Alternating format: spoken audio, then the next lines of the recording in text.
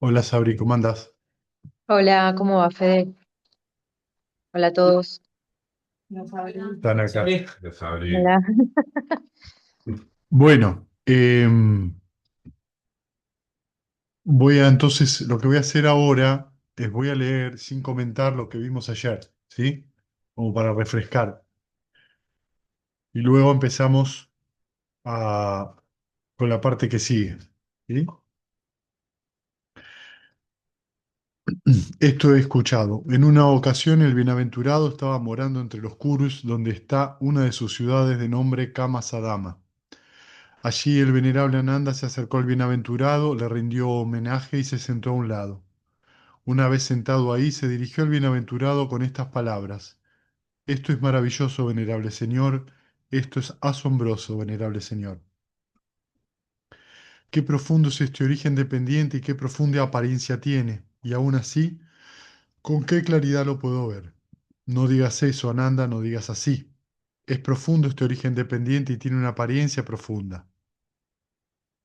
Pero es por falta de entendimiento y penetración en el Dhamma que esta generación se parece a una enredada maraña, a un nudo de bola de cordeles, a una caña de juncos enmarañados que no puede traspasar el samsara, los planos de privación, los planos de aflicción y el mal destino.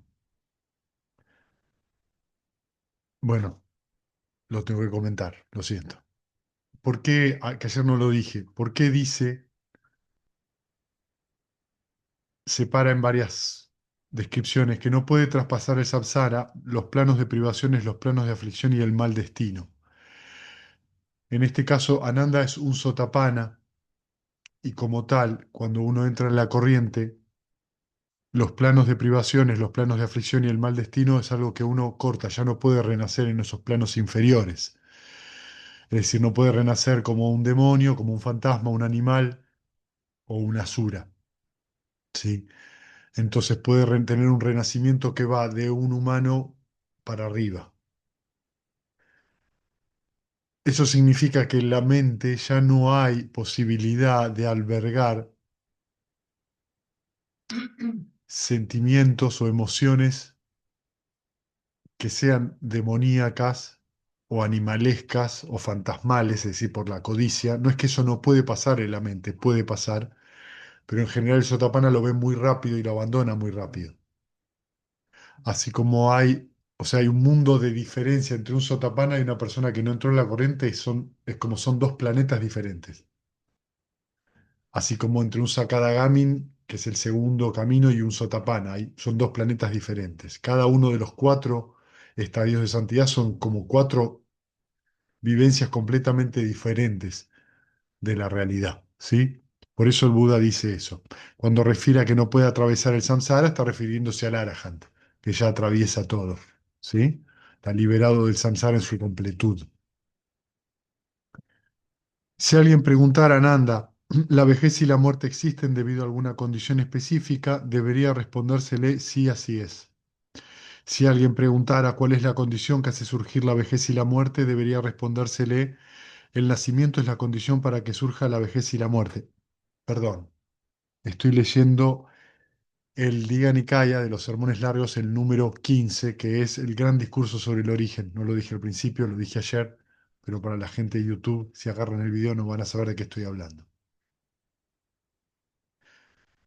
Y si alguien preguntara a Nanda, ¿el nacimiento existe debido a alguna condición específica? Debería respondérsele si así es. Y si alguien preguntara cuál es la condición que hace surgir el nacimiento, debería respondérsele la existencia es la condición para que surja el nacimiento. Y si alguien preguntara a Nanda, ¿la existencia existe debido a alguna condición específica? Debería respondérsele si así es. Y si alguien preguntara cuál es la condición que hace surgir la existencia, debería respondérsele el apego es la condición para que surja la existencia. Y si alguien preguntara a Nanda, ¿el apego existe debido a alguna condición específica? Debería respondérsele sí, así es. Y si alguien preguntara cuál es la condición que hace surgir el apego, debería respondérsele la avidez es la condición para que surja el apego. Y si alguien preguntara a Nanda, ¿la avidez existe debido a alguna condición específica? Debería respondérsele sí, así es. Y si alguien preguntara cuál es la condición que hace surgir la avidez, debería respondérsele la sensación es la condición para que surja la avidez. Y si alguien preguntara a Nanda, ¿la sensación existe debido a alguna condición específica? Debería respondérsele si así es. Y si alguien preguntara cuál es la condición que hace surgir la sensación, debería respondérsele el contacto es la condición para que surja la sensación. Y si alguien preguntara a Nanda, ¿el contacto existe debido a alguna condición específica? Debería respondérsele si así es. Y si alguien preguntara cuál es la condición que hace surgir el contacto, debería respondérsele el nombre y la forma es la condición para que surja el contacto. En el papel que ustedes tienen están las 6 bases de los sentidos entre el contacto y nombre y forma, ¿sí? Y si alguien preguntara a Nanda, ¿el nombre y la forma existen debido a alguna condición específica? Debería respondérsele si así es. Y si alguien preguntara cuál es la condición que hace surgir el nombre y la forma, debería respondérsele, la conciencia es la condición para que surja el nombre y la forma. Y si alguien preguntara a Nanda, ¿la conciencia existe debido a alguna condición específica? Debería respondérsele, sí, así es. Y si alguien preguntara cuál es la condición que hace surgir a la conciencia, debería respondérsele, el nombre y la forma es la condición para que surja la conciencia. ¿Sí? Entonces tenemos ese vórtex, nombre y forma y conciencia, ¿sí? Que se interrelacionan. Entonces nosotros tenemos en la visión de los dos eslabones formaciones mentales como la condición de la conciencia y la ignorancia como condición de todos los eslabones, ¿sí? Pero de las formaciones mentales. Vamos a suponer entonces, para ilustrárselos, que tenemos esta dirección hacia arriba, son las formaciones mentales, ¿sí? Podríamos decir que es la existencia. En ese curso de formaciones mentales, en algún momento eso da pie a la conciencia, que es una corriente que retorna, que quiere volver, ¿sí? ¿Por qué ocurre esto? Si nos imaginamos el río, tenemos en algún lugar, alguna en la zona de la costa, algún accidente geográfico que debido a que el agua choca ahí, se produce una contracorriente, ¿sí? Esa contracorriente que retorna, eso es la conciencia, es el efecto que retorna, que se encuentra otra vez con la corriente principal, pero como no puede ganarla la corriente entera del río, ¿qué se genera? Un remolino, ¿sí? En este remolino, la conciencia es esa contracorriente de retorno. Nombre y forma pertenece a este remolino y el abismo del remolino es el sufrimiento, ¿sí? Entonces, la conciencia está alimentada por las formaciones mentales. ¿Qué significa esto? Que nosotros vivimos construyendo algo en nuestra mente, vivimos fabricando algo.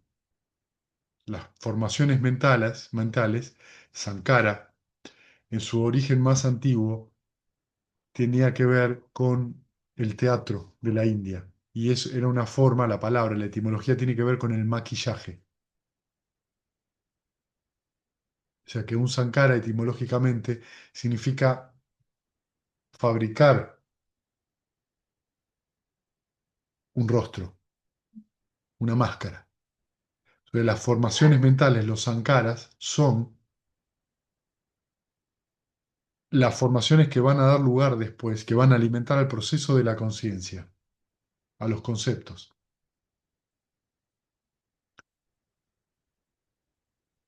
¿Qué estamos haciendo cuando meditamos?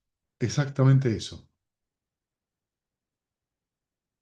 El Buda lo que te enseña es, muy bien, este es el proceso. Ese es el proceso en el cual se, ese es el proceso en el cual funciona la mente, ¿sí? Entonces ese proceso no lo puedo romper. ¿Cómo hago para aprovechar ese proceso? Si ustedes ven el origen dependiente, los eslabones es un proceso, una cosa condiciona a la otra. Es una cadena de producción. ¿Sí? Una cosa. condiciona a la otra a que aparezca. Una de las cosas más interesantes que tiene el origen dependiente es que está regido por el cambio. Ningún eslabón es igual al otro. ¿Sí? O sea que ningún eslabón se puede producir a sí mismo. Cuidado con eso. No hay nada que se pueda producir en sí mismo. Depende de otras cosas para ser producido. Esto es muy importante que lo entendamos. Por eso no existe nada independiente. Cuando se quiere decir independiente, pues se llama origen codependiente, porque está en dependencia. Y esto tiene implicancias muy importantes y muy profundas. Entonces, el Buda aprovecha eso y ¿qué dice? Lo primero que tenemos que aprender y lo último que tenemos que aprender es a diferenciar lo que es sano de lo que no es sano. ¿Por qué dice que describe como una maraña? Porque la mayoría de las personas no nos damos cuenta de lo sano de lo insano. Y actuamos en el mundo creyendo que estamos actuando sanamente y nos encontramos con un montón de problemas, porque no entendemos lo sano de lo no sano. Entonces el Buda enseña un camino para distinguir eso. Y entre ese camino, ese entrenamiento, da un ejercicio que es la meditación, donde dice, mira, vos cuando te sientes a meditar vas a tener algo donde tu mente va a rondar, vas a fabricar algo con tu mente, meta, el amor benevolente, estás fabricándolo, lo estás evocando, y sobre eso tu mente va a dar vuelta, tu conciencia va a andar dando vuelta alrededor de eso. Como es un sentimiento sano, donde la mente se abre y no es una emoción, la mente se empieza a tranquilizar. Y la tranquilidad es una parte fundamental del entrenamiento, porque tranquilidad y visión directa van siempre de la mano. Por eso hacemos twin. Son serenidad y visión directa al mismo tiempo, trabajando en conjunto, no al mismo tiempo. ¿Sí? Trabajando en conjunto. Por eso los obstáculos son parte fundamental de la meditación. Por eso el meditador que se queja del obstáculo es un meditador principiante, porque cree que no tiene que tener obstáculos. Y es muy gracioso, ¿cómo no vas a tener obstáculos? Sos un arahant. No, y entonces, ¿estás en llana? No, y entonces vas a tener obstáculos. Entonces, enojarse con los obstáculos es alimentar a los obstáculos. Aceptar los obstáculos es encontrar el camino para que desaparezcan, solos. Entonces, nosotros tenemos esta metodología que nos dice el Buda, tenemos que fabricar ese sentimiento y rondarlo. O observar la respiración, es lo mismo, ¿sí? O un casina, observar un elemento de la naturaleza, lo que fuera, no importa qué. Y la mente ronda alrededor de eso. Cuando la mente ronda alrededor de un obstáculo sin que la presionen y sin alejarse demasiado, sino que encuentra un balance, empieza a sentirse tranquila, empiezan a cesar los obstáculos y empiezan a darse el camino de los llanas, ¿sí? Ese camino de los llanas va haciendo que la mente cada vez esté más tranquila porque cada vez tiene menos producción, está cada vez más aliviada. Fíjense qué loco. Fíjense qué maravilloso. El Buda utiliza la regla del samsara para que el samsara cese.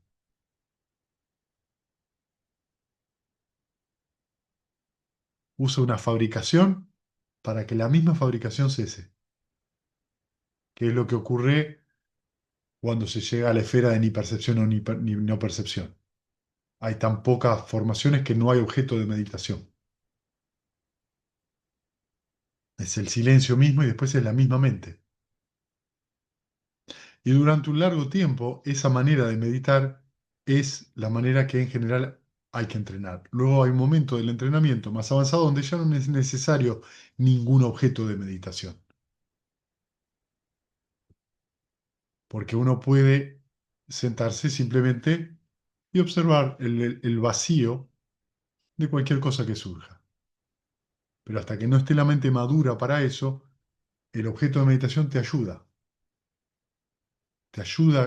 a justamente entender eso, entender que cualquier objeto mental es en sí mismo vacío de yo, es impersonal, es solamente una cosa circunstancial alimentada por ciertas condiciones y nada más. Y cuando esas condiciones cesan, eso cambia. Y así resumido sería el drama de la vida. ¿Sí? Bien, entonces, luego el Buda empieza ahora a describir de manera que con el nombre y la forma como condición, he aquí el estado de conciencia, con el estado de conciencia como condición, he aquí el nombre y la forma, con el nombre y la forma como condición, o sea, hace ese vórtex y de ahí vuelve a salir para arriba, ¿no? Surge el contacto, con el contacto como condición surge la sensación la avidez, con la avidez como condición el apego la existencia el nacimiento, con el nacimiento como condición, aflicción, desesperanza, dolor, muerte, pena, vejez y toda esa masa de sufrimiento. La existencia que... Tendencia habitual, baba, ¿sí?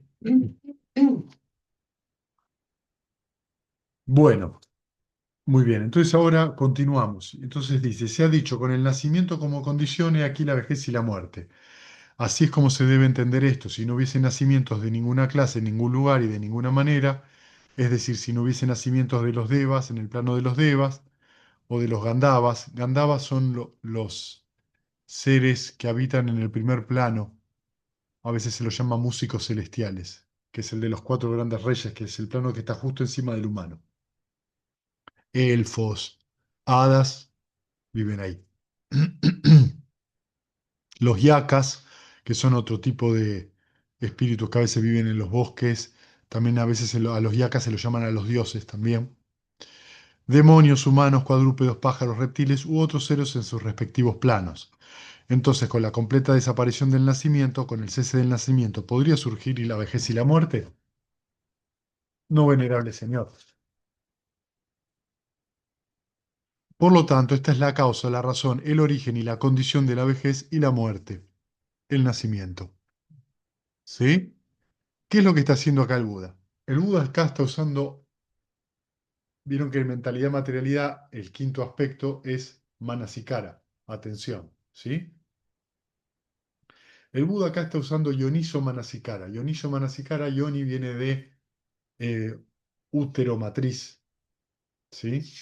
Yoniso Manasikara es la atención que toma como raíz el origen de las cosas, ¿sí? Ayoniso Manasikara sería lo contrario, atención no sabia. Yoniso Manasikara es atención sabia, ¿sí? ¿Qué es atención sabia? Atención sabia es un poco lo que hablamos hoy a la mañana y ayer a la noche. Es cambiar la manera de cómo yo perspectivo las cosas, cómo yo observo las cosas. Entonces, nosotros tenemos en la meditación, surge un obstáculo, y si nosotros nos enojamos con el obstáculo, nos quejamos con el obstáculo, eso es atención malsana, porque estamos alimentándolo. ¿Qué sería una atención sana o una atención sabia? Reconocer que ese obstáculo surgió por algo. No importa por qué en sí mismo, pero ese obstáculo surge porque hay una condición momentánea. Que yo sea consciente de esa condición o no, no importa. Si yo entiendo que eso surge, ¿qué dice el Buda? Que todo lo que nace. Entonces, si yo atiendo a la condición de surgimiento, ya también surge la condición de que ese obstáculo va a cesar. Uno de los alimentos de los obstáculos es mi atención. O sea, la atención es un alimento para la mente. Porque cuando yo presto atención a algo, hago contacto con eso. Lo siento, ¿sí? Entonces, cuando yo simplemente en ese momento observo ese obstáculo y lo abandono, dejo de pensar, fíjense, los primeros dos pasos de las dos primeras R's, reconozco que surge, le quito la atención, ya le quité nutrimento. Luego me relajo. Cuando me relajo, saco la avidez detrás de ese proceso. Luego sonrío y llevo mi atención a otro, a un reemplazo, al amor benevolente. Ese proceso va a desaparecer. Ese obstáculo va a desaparecer en algún momento. Por ahí siento los ecos en mi cuerpo de la tensión, pero el obstáculo desapareció. ¿Por qué? Porque la mente no puede tener dos cosas al mismo tiempo. Yo no puedo estar enojado y amoroso al mismo tiempo. En la mente solamente se puede tener una cosa por vez. No existen dos. En la mente no existe lo simultáneo.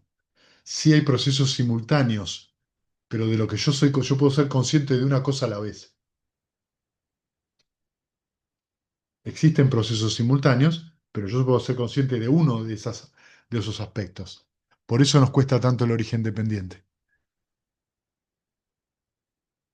Porque el origen dependiente, esos procesos pasan primero a una gran velocidad, difícil de ver. Por eso es necesario que la mente esté muy calma para poder ver ese proceso. Segundo, que es difícil de ver porque los eslabones funcionan como si fueran dos gravillas de trigo apoyadas así. O sea, nombre y forma están apoyados con la conciencia. ¿Qué pasa si la conciencia desaparece? Nombre y forma se cae. Por eso es codependiente. Dependen de apoyarse mutuamente como procesos. Si uno de esos procesos cesa, el otro también.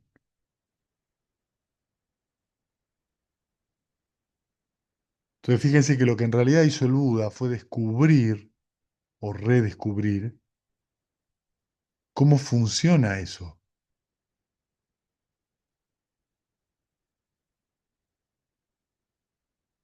No pelearse con eso, no cambiar eso, eso no lo trata de cambiar. Lo entiende como lo que es, lo aprovecha como lo que es y no se encanta. Se ha dicho Ananda, con la existencia como condición, he aquí el nacimiento, y así es como se debe entender esto. Si no hubiese existencias de ninguna clase, en ningún lugar y de ninguna manera, es decir, si no hubiese existencias en el plano sensorial, si no hubiese existencias en el plano de las formas, si no hubiese existencias en el plano sin formas, entonces con la completa desaparición de la existencia, con el cese de la existencia, ¿podría surgir el nacimiento? No, venerable Señor. Lo que quiere decir acá con el plano sensorial son los infiernos, los fantasmas, animales, plano humano y los primeros planos de los devas. La forma se refiere a la forma sutil, que son los seres que habitan del primero al cuarto yana, digamos, ¿no? Y los sin forma son los planos inmateriales, ¿sí? Son seres que carecen de la forma física.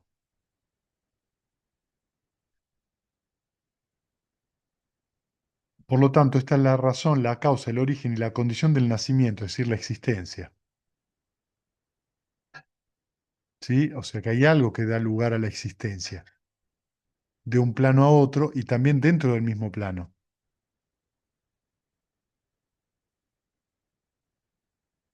¿Cuál es cuál es el punto más cercano a la muerte? La concepción.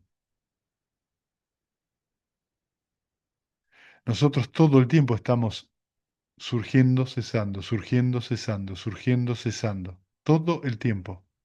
Lo que nosotros acá estamos viendo como que me ven continuamente no es verdad. La luz no es un rayo de luz. Son un montón de fotones que se mueven a enorme velocidad y que nuestra mente, nuestro cerebro lo interpreta como algo continuo. El sonido tampoco es una cosa continua.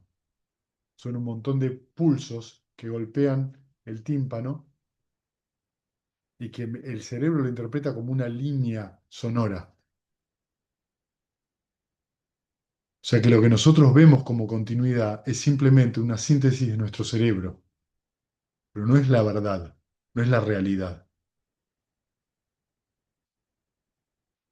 O sea que nuestras bases de los sentidos están continuamente surgiendo y cesando a cada momento, porque eso es lo que hace la conciencia, surge y cesa a cada momento.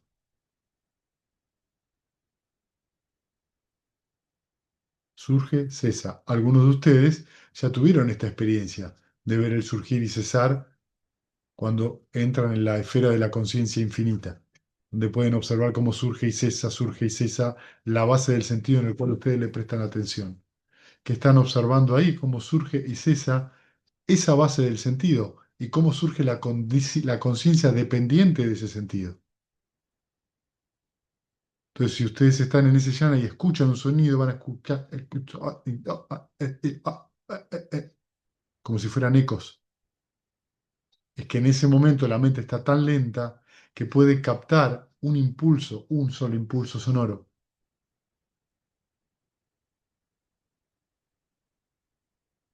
Y eso pasa todo el tiempo, ¿nos demos cuenta o no? Significa esto también de que depende de nuestro estado mental, es como percibimos la realidad.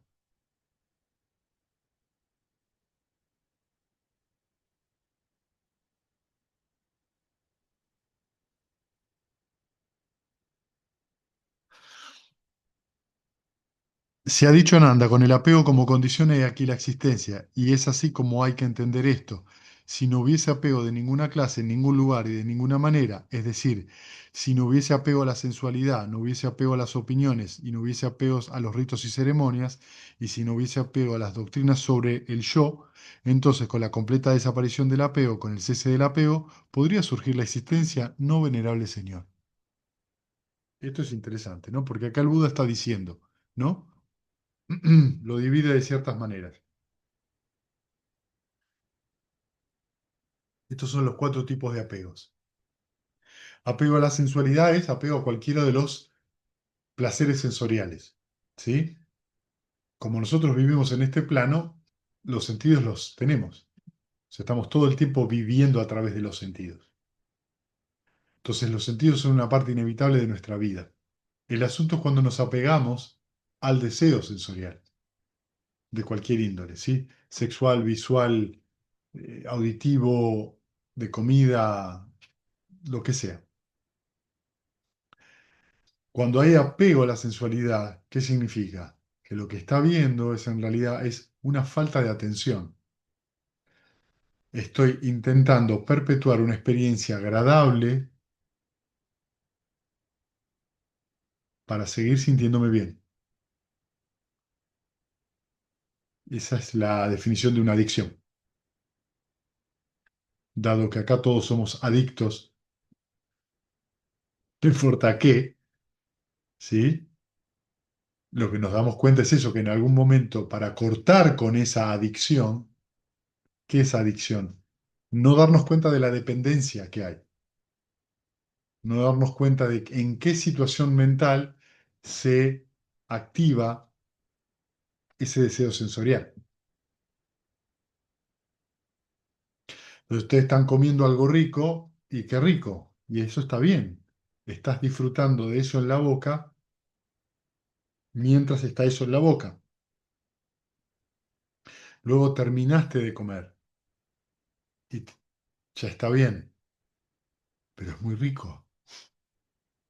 Y yo quiero volver a sentir ese gusto del primer bocado, porque el primer bocado me conquistó. Entonces pruebo otra porción y ya no tiene el mismo gusto.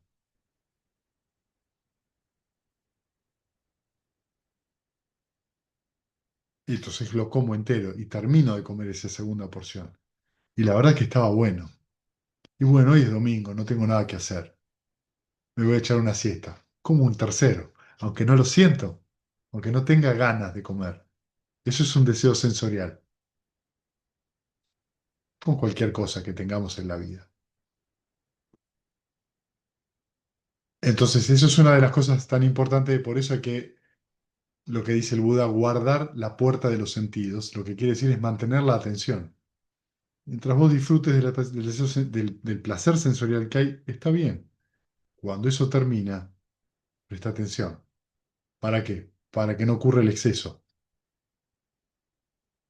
Porque en el exceso es donde viene el problema. No es que el Buda, hay un sutta, no me acuerdo ahora el número, el Buda habla que come el arroz con el curry y es muy rica la comida, todo, pero él no siente apego por el gusto. Y una de las cosas, saben, que definen un Buda es un gusto perfecto. Los Budas tienen gustos perfectos. Significa que pueden deducir todos los ingredientes con un solo, con probar la comida nada más. Te pueden decir qué usaste. Tarea para el Buda, porque sabe todo lo que tiene. Pero es eso, entonces puede disfrutar, es rica la comida, termina la comida, se llenó, como dice el Buda, la mitad del estómago, y eso es todo lo que se tiene que llenar. El otro cuarto del estómago tiene que estar lleno de agua, y el otro cuarto del estómago tiene que estar lleno de aire. Así como dice el Buda, recomienda comer la mitad de comida, un cuarto de agua, y el otro cuarto tiene que estar lleno de aire, vacío. ¿Sí? Entonces, eso es lo que nos dice, hay que observar. ¿Para qué? Para no caer en ese circuito. ¿Por qué caemos en el deseo sensorial? Por la sencilla razón de que nuestro estado mental es aversivo. Y como tenemos un estado mental aversivo, nos queremos dar un gustito. Una bananita dolca, un alfajor, una cerveza, algo en la tele. No importa que sea. Pero si nosotros reconocemos nuestro estado mental aversivo y lo dejamos ir, llevamos la mente a meta y nos quedamos con ese estado mental un minuto, luego después, quizás podemos decir, tengo ganas ahora de comer, tengo ganas ahora de ver la tele. Y por ahí sí, pero se van a dar cuenta que la actitud hacia ese, digamos, placer sensorial es completamente diferente.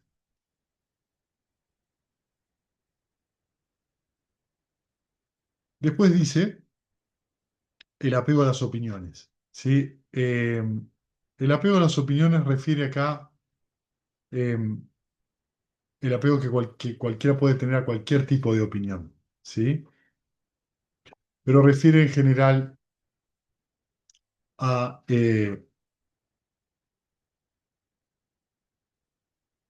lo que sucede con respecto a lo que va detrás de la opinión.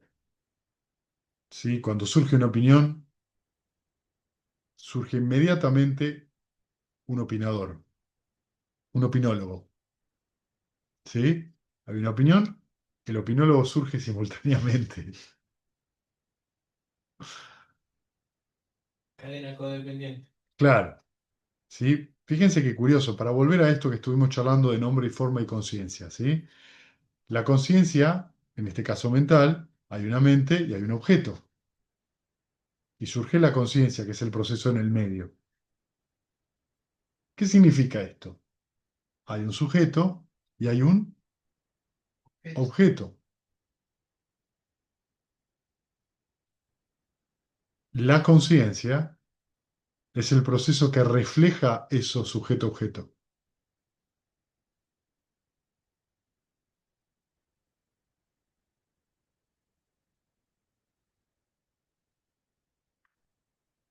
Cada vez que surge un concepto, hay un conceptualizador. Surge la creencia de un conceptualizador. En realidad no existe el conceptualizador. Lo que hay es,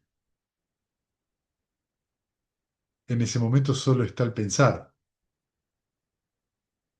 Pero debido a este proceso de la conciencia que divide pensamiento y pensador, es que creemos que hay un pensador, cuando lo único que está pasando es el proceso del pensar. Es este juego de la conciencia nos hace creer de que hay un pensamiento y alguien que piensa. Este es un punto muy profundo del Dhamma. La conciencia viñana es esto, dice, ah, es esto y no es aquello. Nombre, podría ser.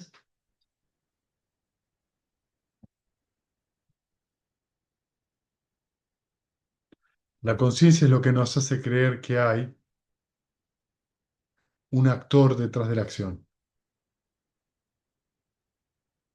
desde el punto de vista práctico. No, pensaba en, digamos, el objeto mental y la mente ¿Qué es es la un mente? nombre, y si es esto es sensación, percepción, intención, contacto, Eso es atención. el nombre. Claro, por eso te preguntaba si era eso. Si es que.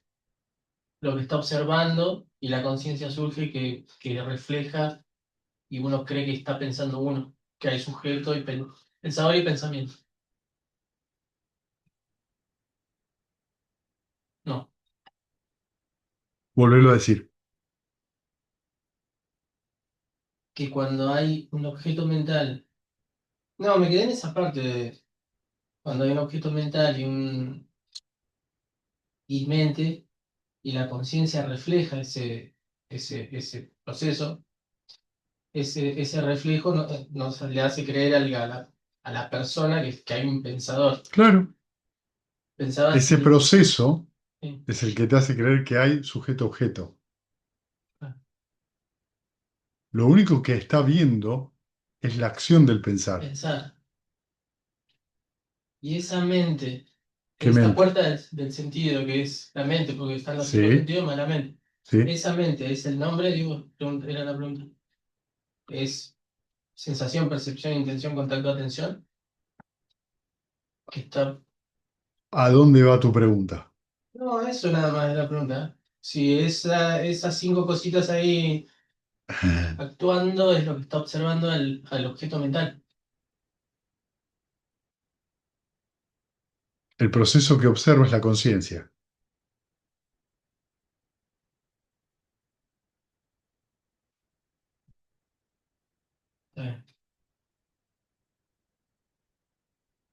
¿La conciencia mental o la conciencia en general? ¿Qué conciencia general? ¿Conoces alguna conciencia general que se ha enseñado el Buda? Está bien. ¿Ves que vuelve a salir esta misma idea una y otra vez? Te vuelve a salir esta idea de que hay algo más allá. No, no, no, no, yo quería diferenciar si era conciencia Yo también mental quiero diferenciar. o conciencia, ¿Cuál es qué es la conciencia? la que está acá, en los 12 eslabones. No hay una conciencia, hay una conciencia en referencia a cada una de las puertas de los sentidos. Claro, Hay una conciencia en referencia a nombre y forma. La conciencia es un proceso que justamente conceptualiza, cosifica. claro. No hay un ¿Qué proceso fuerza de es? conciencia general. Claro, claro, ok. La Ok, conciencia mental, porque todo termina en la mente, por decírtelo de alguna manera, es sí. ese proceso que está reflejando, conceptualizando. En esa conceptualización es donde viene concepto sujeto, concepto objeto. Pero eso es un concepto, no una realidad. Ok, ah, perfecto. No sé si está relacionado con lo que él dice, pero lo que pasa es que como alguna vez hablamos de los cinco agregados y están como ahí, Están ahí, sí, sí, están, nombre y forma. están salteados y Nombre y demás. forma más conciencia son los cinco agregados. Son formas diferentes de exponer la enseñanza. Ah, pero si las empezás a por ahí mezclar, te va a confundir un poco. No sé. Por eso Cuando yo pensaba que cuando él decía una cosa es una cosa, pues mirarlo desde otro ángulo. mente, se supone que son cuatro agregados, más, Claro, claro. ¿no es cierto? Y como están, Sí, como aparecen ahí en lo un que pasa es que orden, lo que llamamos la mente, Ah, ¿qué es? ¿Qué es la mente? el problema es ese, pues, si lo querés poner en el marco de los cinco agregados, ¿Qué es la mente? Claro.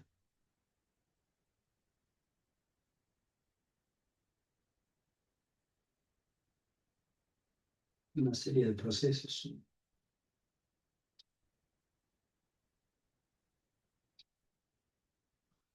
Un constructo. La mente no existe. es un problema como ver al cuerpo o a la mente como algo sustancial.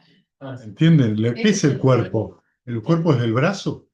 empezás a poner así, y el cuerpo es el cuerpo y la mente es la mente. ¿Entienden dónde está el Son problema? temas- ¿Entienden lo que son está sucediendo? Estamos buscando la existencia, lo que hablamos hoy a la mañana, la existencia de la mente como ente, como, como un proceso ontológico. No, no, no es ontológico, no hay un ente llamado mente.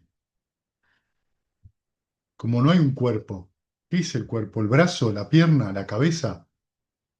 ¿El sistema circulatorio? ¿El sistema respiratorio? ¿Qué es el cuerpo? El cuerpo es un montón de procesos funcionando. Que nosotros le decimos cuerpo, lo objetivamos, lo cosificamos diciéndole cuerpo. La mente es una serie de procesos que nosotros lo llamamos mente. Entonces nos encontramos con que el idioma, el lenguaje, es una barrera, que en realidad es una barrera porque nos apunta a un lugar, pero de ninguna manera es la realidad. Cuando nosotros decimos la mente, en realidad no está la mente.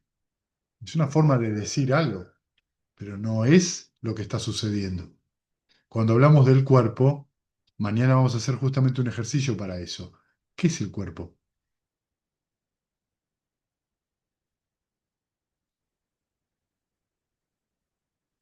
Entonces ven cómo lo que hace el proceso es compactarlo. La mente es un compacto, el cuerpo es un compacto, una unidad, un sustantivo. Es un sustantivo, pero eso no es real. Si se está moviendo todo el tiempo, ¿y a qué nos referimos?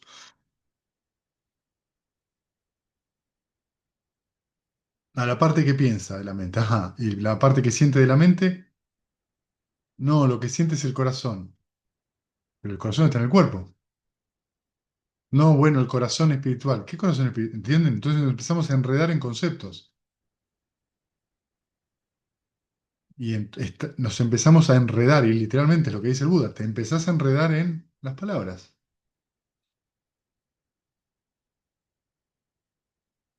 Por eso está bueno entender a qué nos referimos y no entrar en esto que dice acá el apego a la opinión. Porque el apego a la opinión es esto, me apego a un concepto, a algo compacto.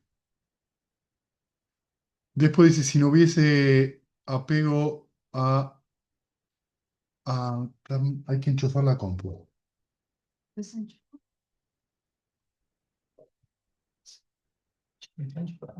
¿Sí? Entonces, está Ahí está, ahí está, ahí está. haciendo falso contacto. Ahora no. A ver si lo bajás al piso. Cambiaron de enchufe. Ahí está, ahí va. Está haciendo Sí, sí, está haciendo fuerza, muy bien. Después dice apegos a ritos y ceremonias, ¿sí? Eh, ritos y ceremonias en este sentido es cualquier rito y ceremonia que uno cree que ese rito y ceremonia lo va a llevar a la extinción del sufrimiento, ¿sí?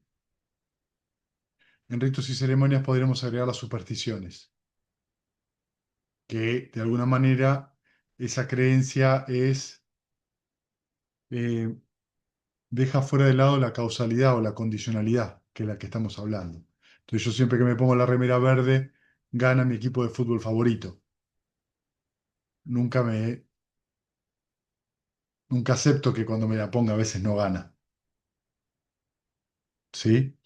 Pero también esto tiene otros sentidos más escondidos. Tiene que ver con la predicción. Claro, a mí siempre me pasa esto. O a mí siempre me va a pasar esto. Eso es una superstición. Estamos queriendo decir que, o yo estoy maldito. Eso es una superstición. Sí. O yo estoy bendito. Es una superstición. Estoy creyendo que no hay ninguna condición que pueda cambiar y que siempre va a dar el mismo resultado. Y nunca da el mismo resultado, nada da el mismo resultado. De hecho, la idea de igualdad del mismo resultado es de vuelta, es una conceptualización, pero no es real. Nunca nada es igual. La mente lo vuelve igual. Uy, yo siempre, mis días de trabajo son iguales. No, no lo son. Vos querés decir que tomás contacto con un estado mental negativo que te hace creer, te hace decir, siempre me pasa lo mismo, ¿no? No te pasa siempre lo mismo.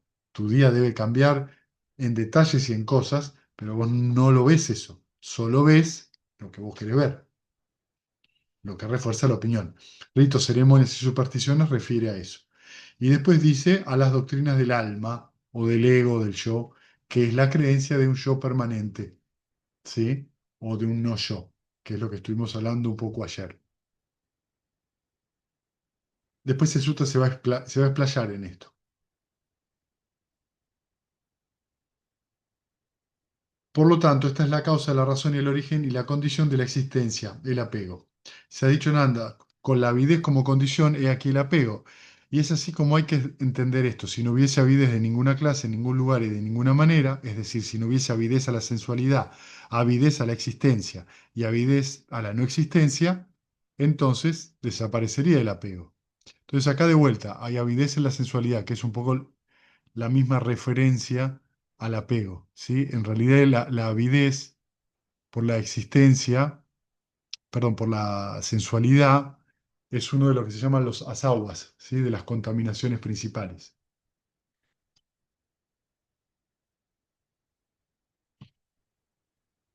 Mi comentario no varía mucho con respecto al apego a la sensualidad, ¿sí?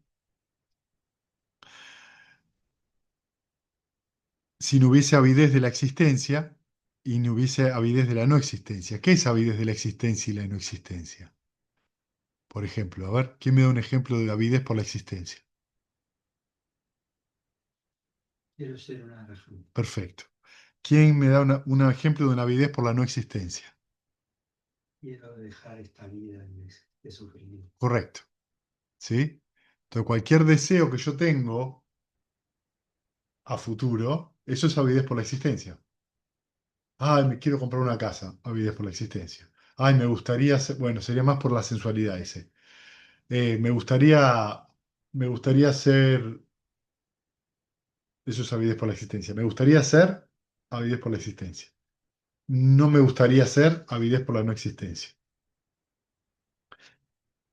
Y esto se mete mucho en la vida diaria, especialmente cuando soñamos despiertos,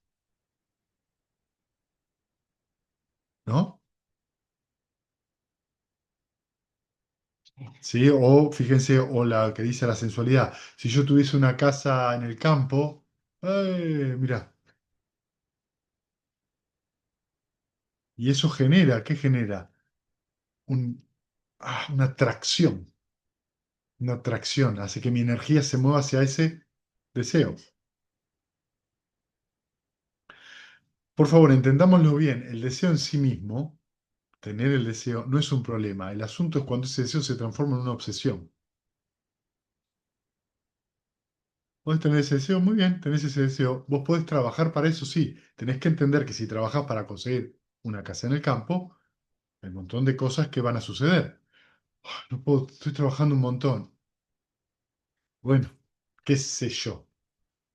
Una cosa trae la otra, pero no me doy cuenta, mi deseo es puro. No, tu deseo no es puro, es espurio en realidad.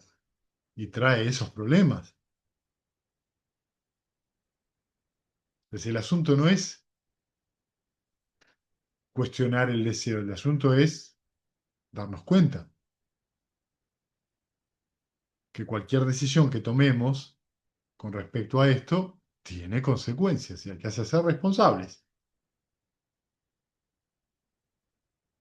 ¿Sí? Yo quiero tener 6 casas, 10 autos, un montón de plata y después, che, no puedo ver a mi familia. Sí, tenés 6 casas, 10 autos, es difícil, más el trabajo, es difícil que veas a tu familia. Digo, es difícil porque tenés que ocuparte de muchas cosas. Se entiende, ¿no? Lo que estamos tratando de observar, que nunca es suficiente nada. Y cuando es suficiente, ¿qué pasa? Yo quiero estar allá. La conciencia otra vez proyectando algo. Yo quiero estar allá. Y cuando estás allá, no, yo quiero estar allá. Entonces siempre el futuro es mejor. Siempre algo distinto es mejor. nunca lo que tengo debajo de los pies. Pero la felicidad se encuentra debajo de los pies, si puedo verla.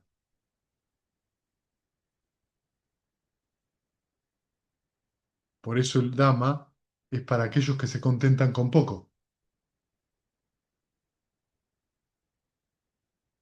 La enseñanza del Buda es para aquellos que se contentan con poco. ¿Qué quiere decir con eso? Tenés lo que tenés.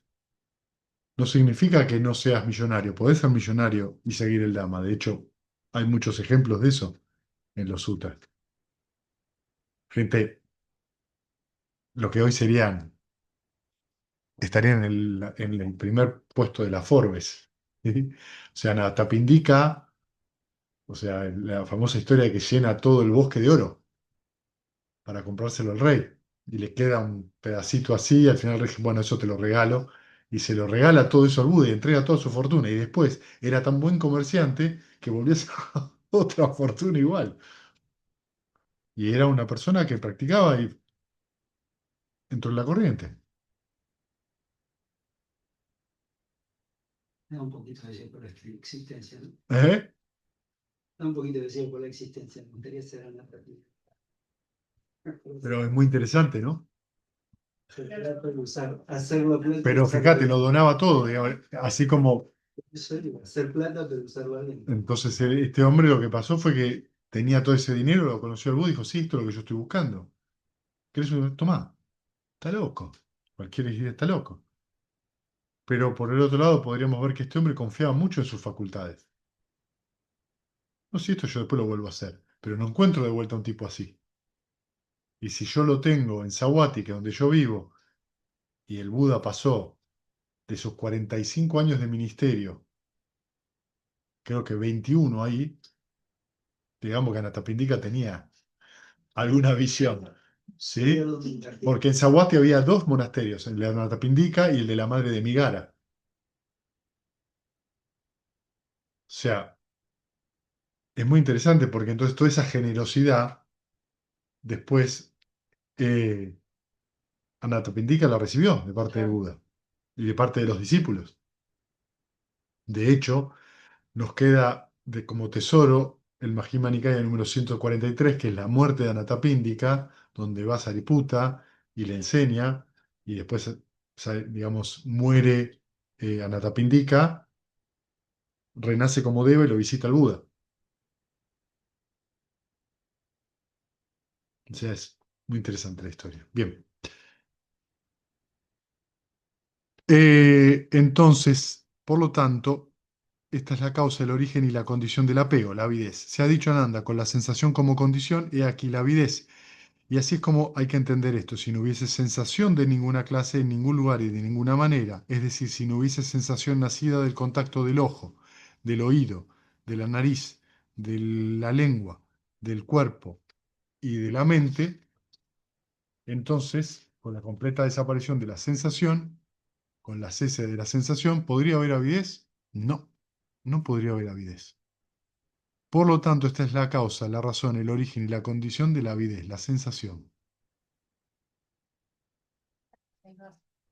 Exactamente, acá empieza a dividir ya las sensaciones a través de las 6 bases de los sentidos.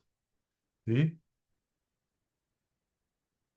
Y acá les vuelvo a llamar la atención un poco con lo mismo, ¿no?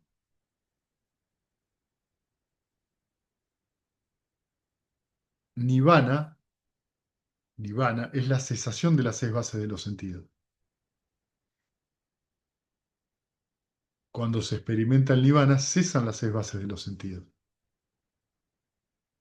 El mundo entero son las 6 bases de los sentidos. El universo entero son las 6 bases de los sentidos. Cuando eso cesa, ocurre el nirvana. ¿Por qué? Porque las 6 bases de los sentidos están sujetas a una fabricación.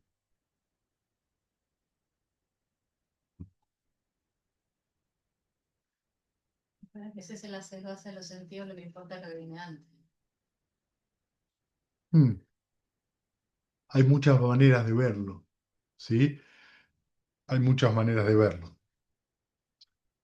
También en general, me gustaría que aclares un poco, porque en general entendemos que Buda o cualquier Arahant se iluminaron, pero siguieron viviendo. Correcto. Sigue habiendo oído. Pero ¿con qué? Ah, esa pregunta que hiciste, sos un grosso. Sos un grosso. Por eso yo, cuando ayer decías que era mente, cuerpo, conciencia, mente, cuerpo, yo pensaba que así como, que también sería otra pregunta, si hay una realidad objetiva o no, o de lo que yo reconstruyo, porque yo sé que percibo cosas Sí, y sé que en realidad mi cuerpo, mi cerebro percibe muchas más cosas. De hecho, si presto atención, me doy cuenta que percibí más cosas de las que hice consciente, por así decirlo. sí. Ocurren más cosas de las que vos haces conciencia, sí. Sí. Bueno, pero aún así el cuerpo, por lo menos el cerebro, registra muchas más cosas de las que aparecen en, no, no sé si es la misma conciencia, pero Frente a la pregunta que vos me estás haciendo, cuando queremos decir que cesa la sensación, ¿qué estamos queriendo decir en relación a esta pregunta del Arahant que vos me decís? ¿Qué es lo que estamos queriendo decir? bueno, por eso necesitaba una aclaración. Actividad mental. Yo no me iluminé, pero Lo que estamos queriendo decir que en realidad lo que cesa es la creencia de que eso es existente en sí mismo y no que es un proceso condicionado. Eso existe porque sí, existe como entidad. Nosotros le damos entidad a las cosas. Somos animistas, por decirlo de alguna manera. A todo le damos entidad, la silla, la mesa. Pero lo que cesa en realidad, cuando decimos que cesa, desde un punto de vista del Arahant que está viviendo, es que sigue habiendo eso, sigue existiendo, pero su conciencia, el proceso de cognición, no lo toma como objeto permanente y existente en sí mismo, sino que entiende ese proceso que se está dando de cognición en ese momento. Perdón, yo puedo preguntar algo también. Esperá, ¿No crees esa bifurcación que dijiste antes? claro, no está, no se está generando esa visión condicionada. Nos está generando ese sujeto-objeto. En la mente de Larajan lo que está pasando es que simplemente está ocurriendo el ver. Entonces cesa la base del sentido, cesa la sensación como mi sensación, como yo soy la sensación o como que la sensación es mi ser. Cesan esas presunciones. Yo viendo, el ver es mío o el ver me pertenece. ¿Entienden a lo que voy? O el oír. Las condiciones de las condiciones en el momento. Ocurren las condiciones en el momento. Es solamente un proceso. Es ese sutta del Vajilla Sutta donde el Buda le dice, el ver, en el ver solo está el ver, en el oír solo está en el oír, en el sentir solo el sentir y en el conocer solo el conocer. No hay nadie detrás, no hay nadie delante, no hay nadie en el medio. Un proceso no más propio de los sentidos. Es lo que exactamente es lo que ocurre, es el proceso que se da. No hay nadie que esté viendo, oyendo, sintiendo o conociendo. No hay nadie que reciba esa visión o que sea objeto de esa visión. Es lo que está pasando. Y no hay nadie entre medio. Cuando desaparecen todas estas categorías, que tiene que ver en esto con manas, con la mente que calcula, que es uno de los grilletes superiores, el cálculo, ¿sí? Yo soy más, yo soy menos, yo soy igual. Entonces lo que ocurre es que se da la liberación ¿de qué? De esa idea de ese yo. No el yo. Hay algo que está pasando ahora. Y eso es todo lo que está sucediendo. Entonces, el camino hacia la liberación es un camino donde vos gradualmente te vas notando que pasan cosas, pero no son personales, solo ocurren. Y eso, por eso no es cuando se dice que no existe, no es que está, no es aniquilacionismo, no es que se muere, ¿entienden? No es que desaparece. Lo que está diciendo el Buda en este sentido es que no hay una entidad permanente, solo está ocurriendo el proceso hasta el paranirvana, que es cuando sí cesa la mentalidad materialidad en realidad de ese arahant. No vamos a hablar de eso porque eso ya nos llevaría a otro lado. Entonces, la sensación condiciona la avidez condiciona la búsqueda condiciona la adquisición condiciona la toma de decisión condiciona el deseo y la codicia, el deseo y la codicia condiciona el apego condiciona el posesionamiento condiciona la avaricia condiciona la protección, y por causa de la protección surgen varias situaciones perjudiciales, como tomar palos y espadas, provocar grescas, disputas, conflictos, acusaciones, abusos y mentiras.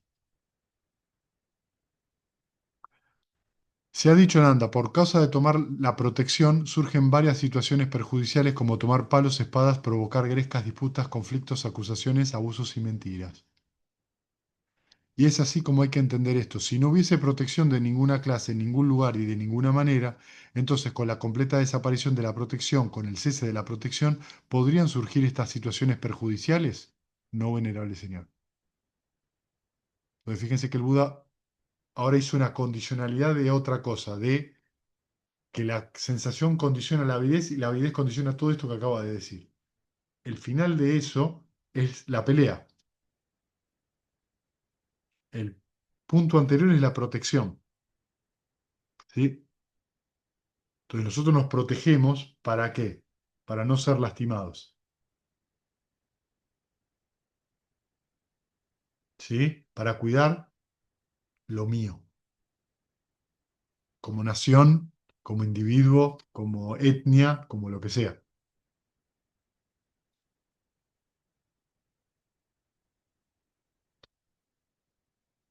Por lo tanto, la causa, la razón, el origen y la condición de estas situaciones perjudiciales, de pelearse y demás, es la protección. Se ha dicho, la avaricia condiciona la protección. Y así es como hay que entender esto. Si no hubiese avaricia de ninguna clase en ningún lugar, con la completa desaparición de la avaricia, ¿podría surgir la protección? No. Pero yo, la codicia lleva el miedo. ¿Sí? Entonces, como yo soy avaro, es que protejo mi capital.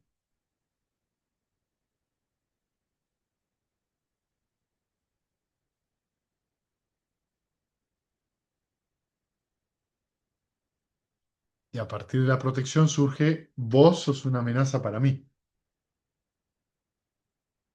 Y esto lo podemos ver en muchos sentidos, ¿eh? No es solamente en el plano material, por favor, esto es en el plano de las opiniones también, ¿eh? Claro, ya. Y de las relaciones amorosas ni les cuento. Yo me protejo de mí, me tengo que proteger. ¿Qué es la proteger? Si estás enganchado con la otra persona, ya estás, ya no hay protección contra eso, porque vos te estás enganchando por decisión. O sea, hay mucha fantasía alrededor de todo esto. Y Con esto los, con los hijos también. Quiero proteger a mi hijo a toda costa. ¿De qué? ¿Y de qué? ¿De qué? De la vida. Eso no significa no cuidarlos cuando se enferman, no darles amor. No estamos hablando de eso, ¿sí? Estamos hablando de que todo esto, protección, avaricia, ¿qué es? ¿Qué son esencialmente la avaricia y la protección? De lo mío. Sí, pero son estados mentales, son especulaciones,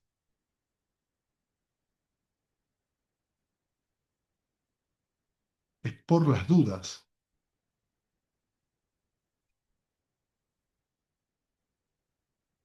Me choca el auto, le pego una piña, pero el auto sigue chocado. No es que si vos le pegás y le haces un bollo en la cabeza, tu bollo sale para afuera. ¿Qué hace un nene? Le rompieron el castillo y le pega al otro nene. Es muy curioso la clase de niños. No pasa con todos los niños, pero con algunos pasa que, por ejemplo, se golpean y ni bien uno se golpea con el otro, lo acusa de que le pegó. Él me pegó. Claro, el otro venía corriendo mirando para atrás. No lo vio. Lo importante es quién me produjo el dolor, fíjense, y es un niño de 4 años. Ella fue. Vamos a atender tu herida, no importa quién fue. Lo que importa es saber quién es el culpable. Protección y avaricia. Ya opera eso. Ya hay un pensamiento de que lo otro lo hizo a propósito, me hizo daño. Son niños, no se dan cuenta, pero los adultos también reaccionamos así. No tenemos la excusa de la edad. Fíjense ahora. Por lo tanto, esta es la causa y el origen de la protección, la avaricia. ¿Qué es lo que condiciona la avaricia? El posesionamiento, la idea de posesión. ¿Qué es lo que condiciona el posesionamiento? El apego. ¿Qué es lo que condiciona, perdón, sí, el apego condiciona el posesionamiento y el deseo y la codicia condicionan el apego, que coincide mucho con la avidez, ¿sí? La toma de decisión condiciona el deseo y la codicia.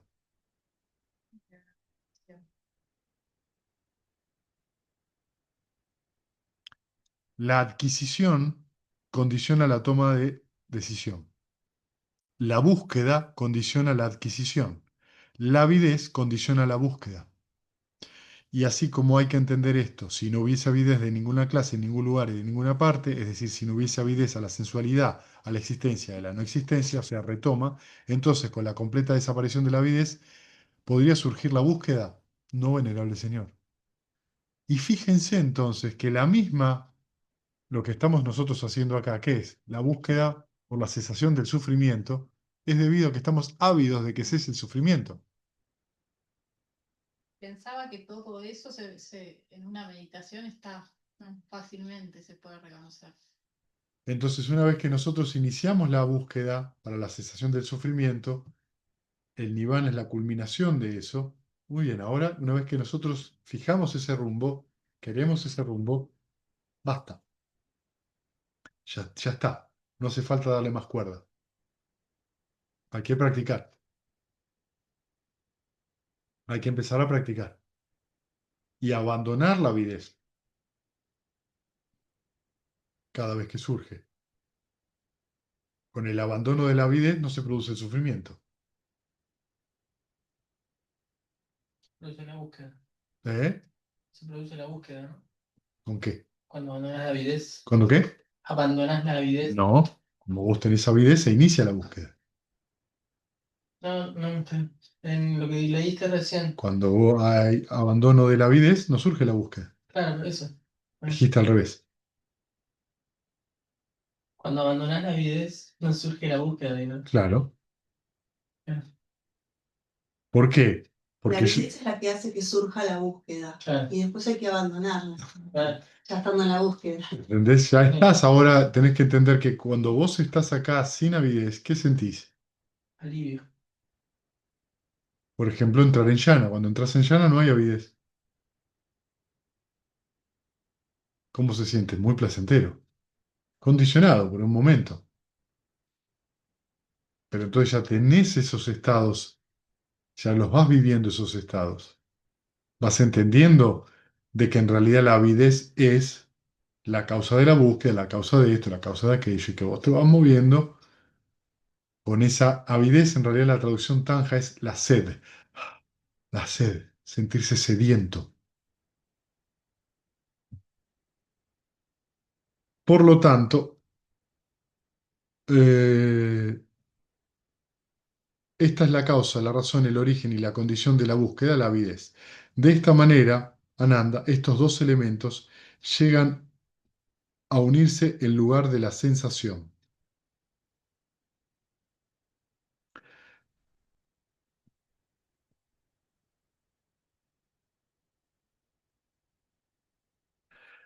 Se ha dicho, Nanda, con el contacto como condición y aquí la sensación, y es así como hay que entender esto. Si no hubiese contacto de ninguna clase, en ningún lugar y de ninguna manera, es decir, si no hubiese contacto, ojo, oído, nariz, gusto, cuerpo y mente, no surgiría la sensación. Por lo tanto, esta es la razón, el origen y la condición de la sensación, el contacto. Se ha dicho, Ananda, con el nombre y la forma como condición, he aquí el contacto y así es como hay que entender. Es decir, si no hubiese cualidades mentales, si no hubiese ideas, si no hubiese rasgos mentales y si no hubiese indicaciones mediante estos nombres. Entonces, ¿podría surgir el contacto como designación de las formas? No, venerable señor. ¿Sí? Entonces, fíjense lo que hace nombre. Nombre es lo que produce la cualidad mental, la idea, rasgos mentales y no hubiese indicaciones mediante estos nombres. Entonces tenemos sensación, percepción, intención, contacto y atención. ¿Sí? ¿Qué hacen?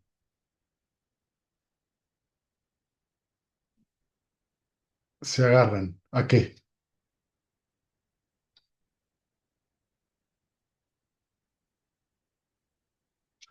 Pásame una virome. Ahí en la agenda, mira. En la agenda allá a la izquierda. Ahí va, gracias, Santi. Y entonces tenemos sensación, percepción, intención, contacto y atención. ¿A qué se agarran? El objeto, O sea, la sensación. No. La forma. a la forma. Nombre se agarra a la forma. ¿Sí?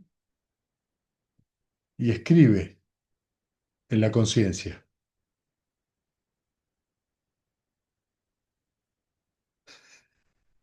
La conciencia refleja nombre y forma. La conciencia objetiva nombre y forma, los vuelve objetos. Mi sensación, mi percepción, mi intención, el contacto. Entonces, fíjense, si no hubiese cualidades mentales, ideas, rasgos mentales e indicaciones mentales para estos nombres, entonces, ¿podría surgir el contacto como designación de las formas? Significa que estos 5 procesos hacen, toman contacto con esto, con la forma, y sienten qué cosa, una resistencia. Es debido a que sentimos esa resistencia que decimos estoy sintiendo algo, porque esos procesos mentales contactan con algo y surge la experiencia, la sensación, ahora, agradable, desagradable o neutra. Eso es una clase de designación, ¿no? Agradable, desagradable o neutro, estoy designándolo. La sensación misma es una designación. Siento una resistencia, siento algo. Fíjense qué raro que es cuando ustedes a veces tienen que describir lo que les pasa en la meditación. No sé qué me pasa, ¿por qué? Porque no sienten resistencia, no lo conocen. Como el bebé que agarra por primera vez la pelota, ¿viste? En el nirvana no hay resistencia,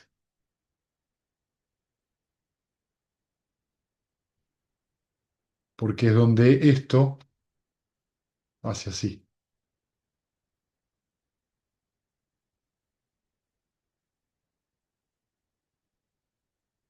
Es donde mentalidad, materialidad y conciencia hacen así. No hay resistencia de ninguna índole.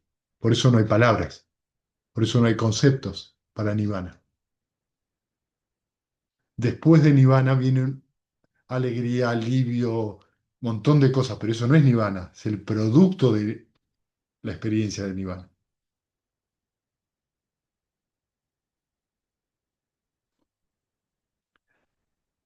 Entonces, Es decir, si no hubiese cualidades mentales, si no hubiese...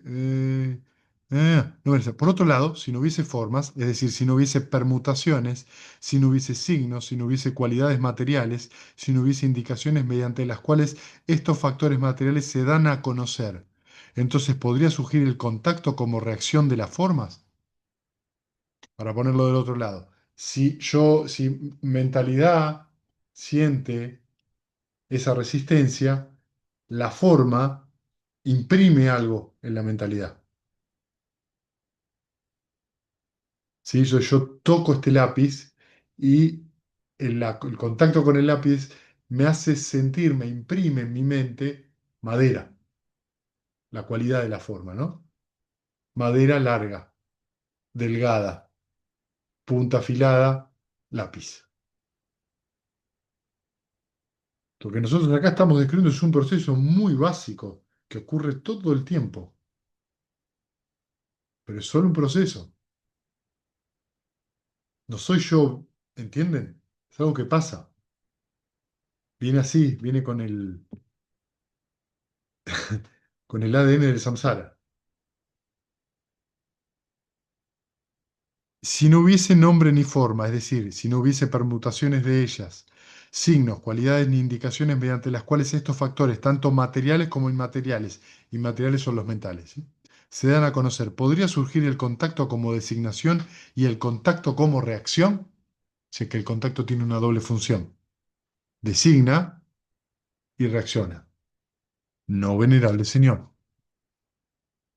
Por lo tanto, esta es la causa, la razón y el origen de la condición del contacto, nombre y forma.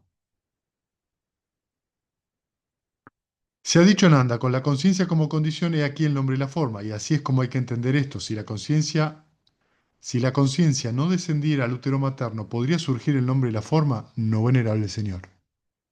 Bueno, ya queda poquito, y vamos a cerrar con esto, ¿sí? Vieron que acá dice si la conciencia no descendiera al útero materno. No se imaginen un fantasmita volando, ¿eh? Ah, no. No, un Gasparín volando Y me entiende. y se mete adentro de la mami. No. La idea del espectro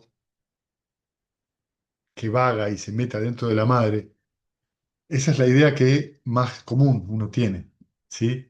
Si ustedes ven un fantasma, ese fantasma tiene una mentalidad y una corporalidad, ¿sí? Y una conciencia. ¿Qué es eso? Es un ser de otro plano, que a veces se manifiestan en este, ¿sí? No es un muerto.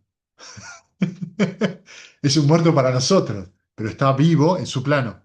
¿Me explico? El fantasma, en este caso porque elegimos el fantasma, tiene mentalidad, materialidad y una conciencia. En general, sufren más que los seres humanos, porque están en un plano de privación, ¿sí? ¿Por qué? Porque tienen en general una codicia, un hambre, un deseo muy fuerte en un plano que no se los puede dar. Entre otras cosas, el fantasma lo que anhela es el plano humano. Entonces tiene un hambre que no puede saciar del todo porque no vive en el plano humano. Entonces sufre porque su objeto de deseo ni siquiera está en el plano humano, en el plano donde vive. ¿Entienden? No está a su alcance. Ustedes quieren ganar 1.000 millones de dólares, bueno, por ahí están en un lugar donde eso es posible. O hacen lo que sea para eso. Ponele. Es muy difícil salir de ese plano. Claro, muy complicado porque la mente está tan obsesionada. Un fantasma es una obsesión, ¿sí? Está tan obsesionado que le resulta muy complicado ver, diferenciarse, observar eso. Pero vamos a decir que este fantasmita, con su nombre y forma, llega al último momento de su vida, en ese plano. Y justo cuando está por morir, tiene un sentimiento amoroso. Le surge en su mente un sentimiento amoroso, un recuerdo de 500 vidas atrás. En el momento en que cesa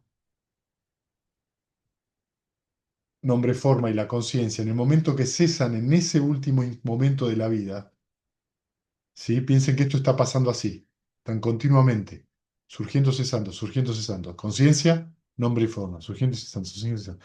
Y llega el límite de su temporalidad. Y en algún momento, dentro de esa conciencia, ocurre algo, en el último momento, que tiene que ver con un acto de generosidad y cesa y renace en el siguiente plano. El humano, por ejemplo, porque fue más generoso, entonces le da ese mérito, entre comillas, para ser humano, y ni bien renace en el plano humano, ni bien es concebido, surge el nombre y forma adecuado a ese plano.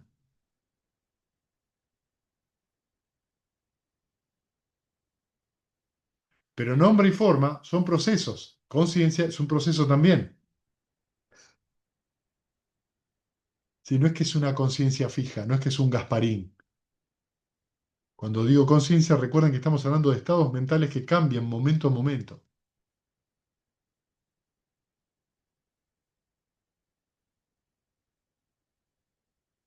Y nombre y forma es adecuado a eso. Si yo me enojo, mi nombre y mi forma varía que si yo estoy sentado en el amor benevolente. Aquí, ahora. Entonces eso es lo que dice el Buda. Dice, si esta conciencia no renace en el útero materno, es decir, por condición no aparece, ¿habría nombre y forma? No. Porque la conciencia no puede vagar sola. Esto es la diferencia. Esa es la diferencia con el concepto de alma. El alma puede vagar. En otras tradiciones el alma vaga, puede vagar, puede estar en el espacio flotando, en algunas... El bebé es concebido y después en algún momento, no sé cuándo, recibe el alma o no sé Bueno, qué. digamos, puede haber muchas cosas, digo, lo que sucede es que el alma se transforma como en un ente independiente. Eso, pero ahí Eso, es independiente del cuerpo. claro, es como independiente. Acá no está pasando eso, acá es, si no hay conciencia, no hay nombre y forma.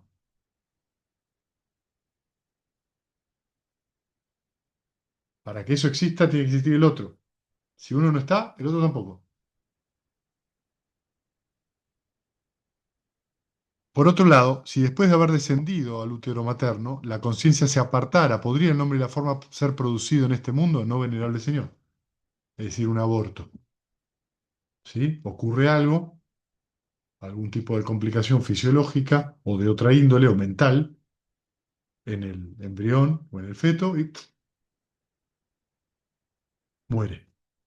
¿Sí? Entonces la conciencia desaparece de ahí y ese nombre y forma, y ya apenas desaparece la conciencia de ese feto, renace en otro lado. ¿Cómo fue la comparación? ¿El texto? Por otro lado, si después de haber descendido al útero materno, es decir, ya está concebido, ¿sí? Ya hay un feto, una cigota, si la conciencia se apartara, ¿podría el nombre y la forma ser producido en este mundo? No, ¿podría nacer? No, no podría nacer. Si la conciencia de un muchacho o de una muchacha fuera cortada, ¿podría el nombre y la forma llegar a su madurez? No, un niño que muere, ¿sí? Por lo tanto, esta es la causa, la razón y el origen y la condición del nombre y la forma, es decir, la conciencia. Se ha dicho Ananda con el nombre y la forma como condición, he aquí la conciencia. Y así es como que hay que entender esto. Si la conciencia no encontrara su soporte en el nombre y la forma, ¿podrían surgir y llegar a actuar el nacimiento, la vejez, la muerte y el futuro dolor? No, venerable Señor. Por lo tanto, esta es la causa, la razón, el origen y la condición de la conciencia, el nombre y la forma. Está explicando entonces ese vórtex. ¿Sí? Este es el alcance, Ananda, del surgimiento, del nacimiento, la vejez, la muerte, la caída dentro de los otros planos y la reaparición. Este es el alcance de la designación de los conceptos, de la expresión. Este es el alcance de la esfera del discernimiento, esfera en la cual el ciclo de las innumerables vueltas se hace manifiesto en este mundo, es decir, el nombre y la forma junto a la conciencia. ¿Sí? Vamos a leer hasta ahí.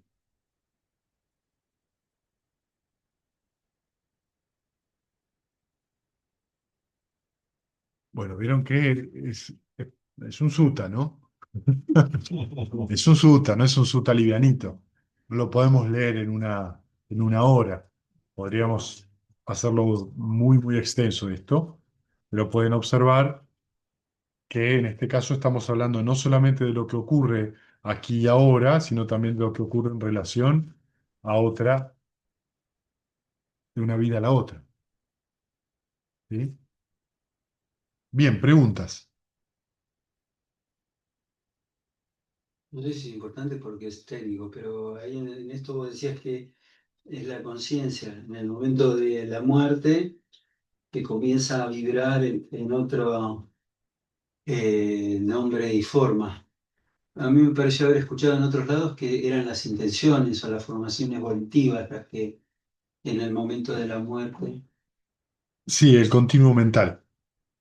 Mm, Hay un continuo mental que tiene que ver con, toma esto como chetana, ¿sí? Momentos.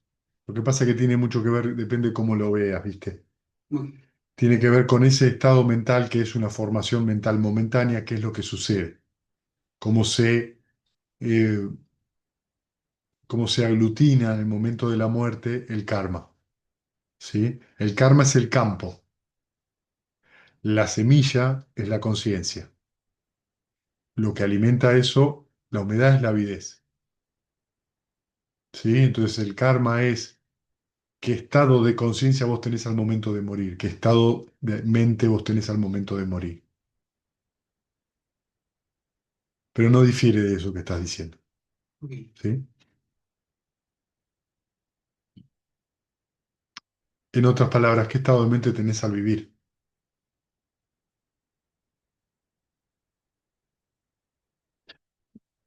Es mucha información, ¿sí? Es mucha información. Mi intención era darles mucha información para que esto después baje a su debido tiempo cuando ustedes reflexionen en algún momento sobre esto, ¿sí?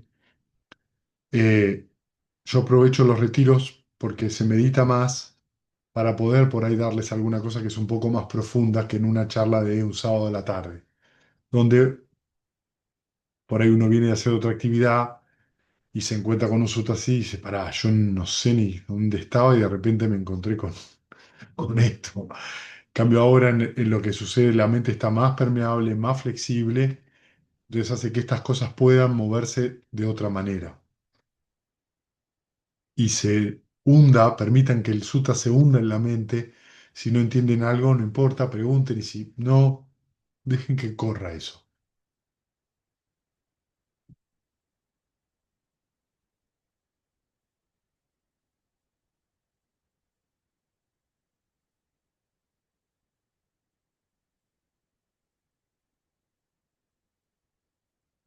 ¿Qué es la conciencia? ¿Eh? ¿Qué es la conciencia? ¿Qué es la Sí. conciencia? La conciencia es el proceso mental que te ayuda a reconocer, o sea, que te hace el proceso que reconoce lo que está sucediendo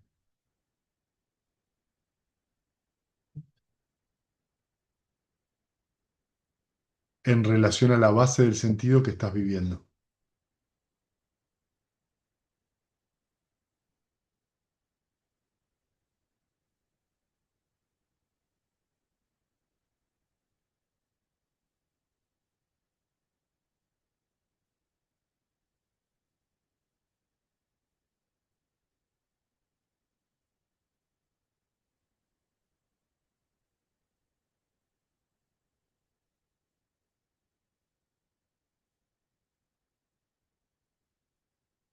Bien, no hay ninguna pregunta. Muy bien.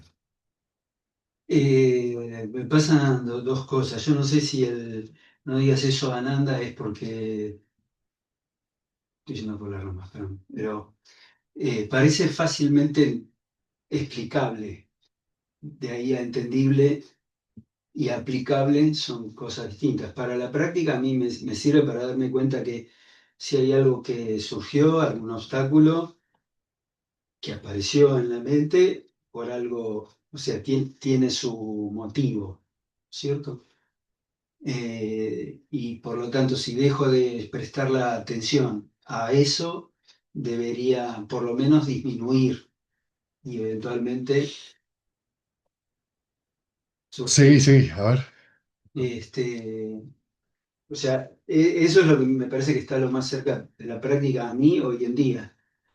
Pero sin embargo, a veces me pasa que las tendencias o esos procesos siento un impulso tan fuerte que a pesar de hacer este proceso, no continúo llevando la atención a ese proceso, sensación o pensamientos que generan esas emociones, pareciera que la mente sigue. De hecho, siguen las contracturas en el cuerpo, se sigue sintiendo la mente tensa. Pero bueno, Lo que está sucediendo esencialmente es que el proceso no es simple de explicar y no es simple de entender. Cuando hablamos de entender, siempre hablamos que lo entendemos empíricamente, lo entendemos fácticamente. Es una cosa que se ve, no que se analice intelectualmente. Nosotros ahora estamos haciendo un análisis intelectual, ¿sí? Dicho esto, la intención es que uno se dé cuenta del proceso, que este es un proceso de cognición. No te dice los motivos por el cual surge la distracción. Solo te está diciendo que una distracción surge porque hay una condición. No te dice qué condición. Sí que hay avidez. Te nombra alguna condición. No te nombra ¿por qué me surge la duda? Porque hace 20 años yo... No, eso no. ¿Qué es lo que iría a buscar cualquier mente? El por qué. ¿Qué pasa si uno abandona este continuo deseo de saber por qué pasan las cosas? Lo que vos decís, a lo que vos referís, es que vos tenés un objeto de meditación al cual tenés que ir, al cual tenés que volver de manera incansable. Tenés que aplicar las 6 Rs cada vez que surge una distracción. Tenés que hacer el noble esfuerzo, el recto esfuerzo para poder retornar a meta. Y lo que tus palabras dejan ver es que vos estás esperando que ocurra cierta calma, cierto resultado de ese proceso. Y ese proceso, y ahora te respondo particularmente a vos, empieza, vos lo empezás a hacer, empieza a pasar algo y vos después lo cortás. Pero vos, por ejemplo, sentás hoy, sentás mañana, y en algún momento vas a tener algún momento que la mente se pone más tranquila. Pero luego en la semana no medito durante 5 días. Entonces ese proceso que iniciaste, lo dejaste. Si vos seguís meditando 1 hora por día, 1 hora y media por día, te vas a dar cuenta de que te va llevando paulatinamente ese entrenamiento a otro lado, porque le das tiempo o te das tiempo para comprobar esto que estamos hablando. En la medida que vos tenés otras experiencias, porque meditas todos los días y continúas con eso, cuando vos después hagas otro retiro, va a ser más profundo y vas a ver otro ámbito de la causalidad y vas a comprender otras cosas. Terminás ese otro retiro, seguí meditando, no dejes la meditación. Entonces es una cuestión de no dejar lo que empezaste. Pero si vos empezás y después colgás, estás siempre llegando hasta un punto y después no podés penetrar más allá. ¿Por qué? Porque la mente necesita cierta serenidad para penetrar más allá. Y la serenidad y la visión directa van de la mano. Para eso necesitas constancia. Y acá yo no te estoy hablando de la meditación como entrenamiento. Después eso hay que hacerlo en la vida diaria también. Porque si no, también le va a faltar otra cosa. Esto no significa hacerlo bien o hacerlo mal. No significa ser perfecto. Significa que tengo que seguir practicando aunque no estoy meditando. Pero lo que vos mencionás es porque vos arrancás, frenás, arrancás, frenás, arrancás, frenás. Y en un momento tenés esta opinión. Yo siento que lo entiendo, lo veo, y de repente me sigue pasando lo mismo. Te sigue pasando lo mismo porque seguís haciendo lo mismo, pero estás esperando un resultado diferente. Y para tener un resultado diferente, tenés que actuar diferente.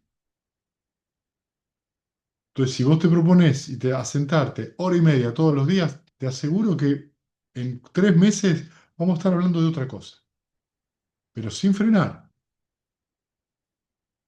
Y si vos haces esto durante un año, te aseguro que tu mente va a ir a otro lado. Pero todos los días, no cuando tengo ganas, no cuando quiero, no, no, todos los días, tenga ganas, no tenga ganas. Me siento, me levanto, hago la ceremonia y me siento. Entonces te vas a dar cuenta que algo pasa. Pero eso sería actuar de otra manera de como vos actuás.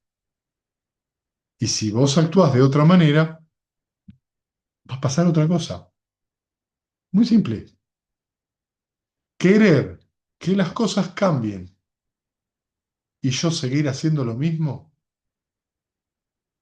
tiene un nombre eso. Se llama locura. Yo hago lo mismo, pero quiero otro resultado. No pasa así. Sin embargo, tenemos, todos como seres humanos, la suficiente soberbia mental para cuestionar la enseñanza, pero no para cuestionarnos a nosotros mismos desde un punto de vista práctico. Nos cuestionamos desde la labia. Ay, yo lo que hago, porque yo no hago las cosas bien, porque yo... No, no, no, no, no, no andemos criticándonos. Cambia, andá y haz otra cosa, pero hacela. Hacela, animate a hacerla. Animarte a hacer otra cosa es abandonar la opinión que yo tengo al respecto. Cuando yo hago algo que es diferente a como lo suelo hacer, es un paso de bravura para la mayoría de nosotros. Es un paso de bravura. Porque lo que yo estoy acostumbrado es hacer esto siempre. No hacerlo es que mi opinión la abandoné y decidí actuar de otra manera. Eso es ser valiente, porque vos no sabés lo que va a pasar. De la otra manera, siempre sé lo que va a pasar. Miserable, sufriente, durísimo, pero es mío. Y yo ya sé lo que va a pasar. Es la profecía autocumplida. Pero cuando yo me animo a hacer otra cosa que está fuera de esa zona, que le llaman zona de confort, no sé por qué, porque en realidad es la zona de disconfort, y soy perseverante en eso, y para ser perseverante en un cambio de esa índole, me tengo que acordar de lo que sufro. Mm.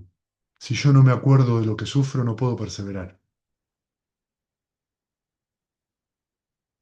La urgencia, que dice el Buda, la urgencia para tomar el entrenamiento del Dhamma, viene porque vos sentís el sufrimiento.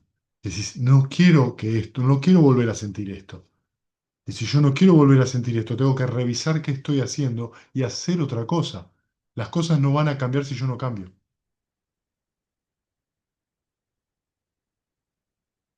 Mis acciones. No puedo hacerlo, no, no hay otra forma de cambiar. No existe otra forma de cambiar. Y no tiene que ver con la voluntad solamente, tiene que ver con el recuerdo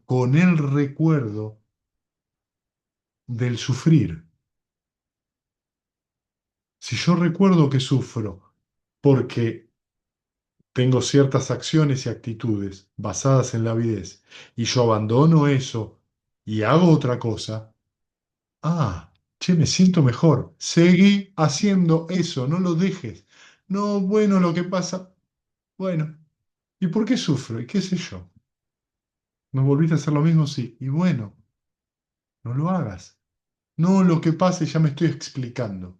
No te expliques. Hacé lo que tenés que hacer. ¿Te hizo bien? Sí. ¿Te sentiste mejor? Sí. Seguí haciéndolo.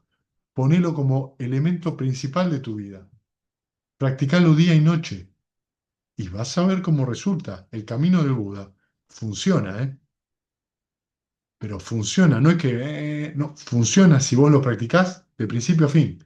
Si vos cumplís los preceptos, si vos sos generoso, si vos meditas diariamente y empezás a ver la vida desde el paña, desde la sabiduría, te vas a encontrar en algún momento con Nirvana. Va a ocurrir. Pero si vos ni alguno de estos cuatro no lo haces, no funciona. Yo conozco un montón de gente que meditó durante 10 años, solo meditaba, todos los días, y seguía teniendo los mismos problemas. Yo, yo mismo. Y yo no meditaba 1 hora por día, yo meditaba 5 horas por día. Y seguía teniendo los mismos problemas, porque los otros tres no los cumplía.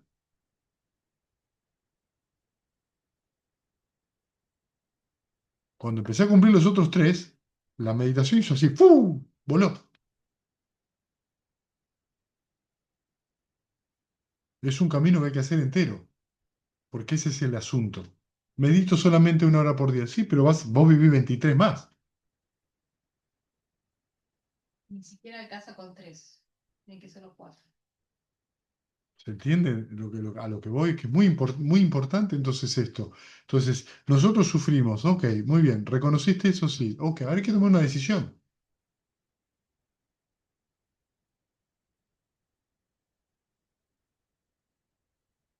Y no va a pasar lo que uno espera que pase. Porque el nirvana no es lo que ustedes creen que es. No se imaginan lo que es. Es imposible imaginárselo. Ah, debe ser. No, no, nada que ver. Nada que ver con lo que te imaginas. De hecho, de hecho, cuando ocurre, lo que viene después de esa experiencia, tampoco te lo puedes imaginar. De hecho, durante meses por ahí no lo podés creer. No podés creer la diferencia. No podés creer, si no puede ser, no puede ser. No puede ser. No podés creer ni la experiencia. En un sentido, llamémosle, recreativo. No es que no lo podés creer, lo crees porque lo experimentaste, no, no hay duda. Pero es tan loco que vos veas que la mente no reacciona como reaccionaba. Y vos decís, no puede ser, si en mi mente ante esto era leche hervida.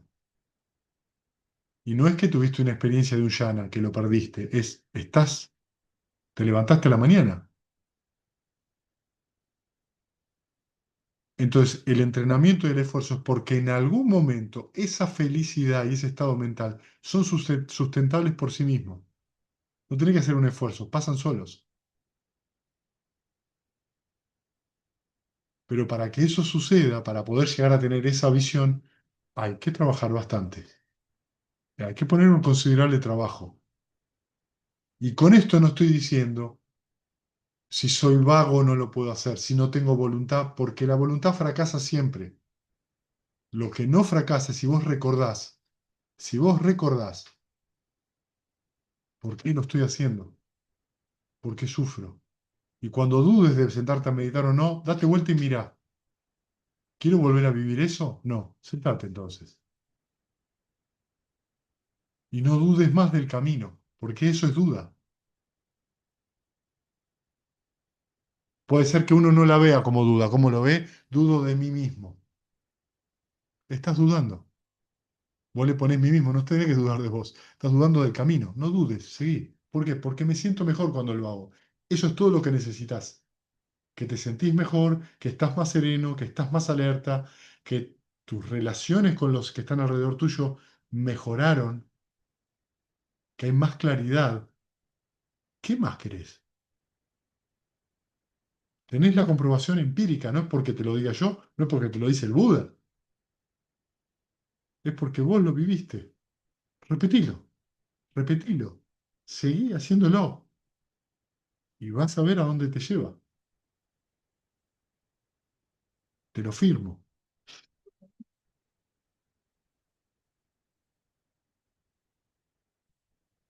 Con testigos. Con testigos. 4 testigos de carácter.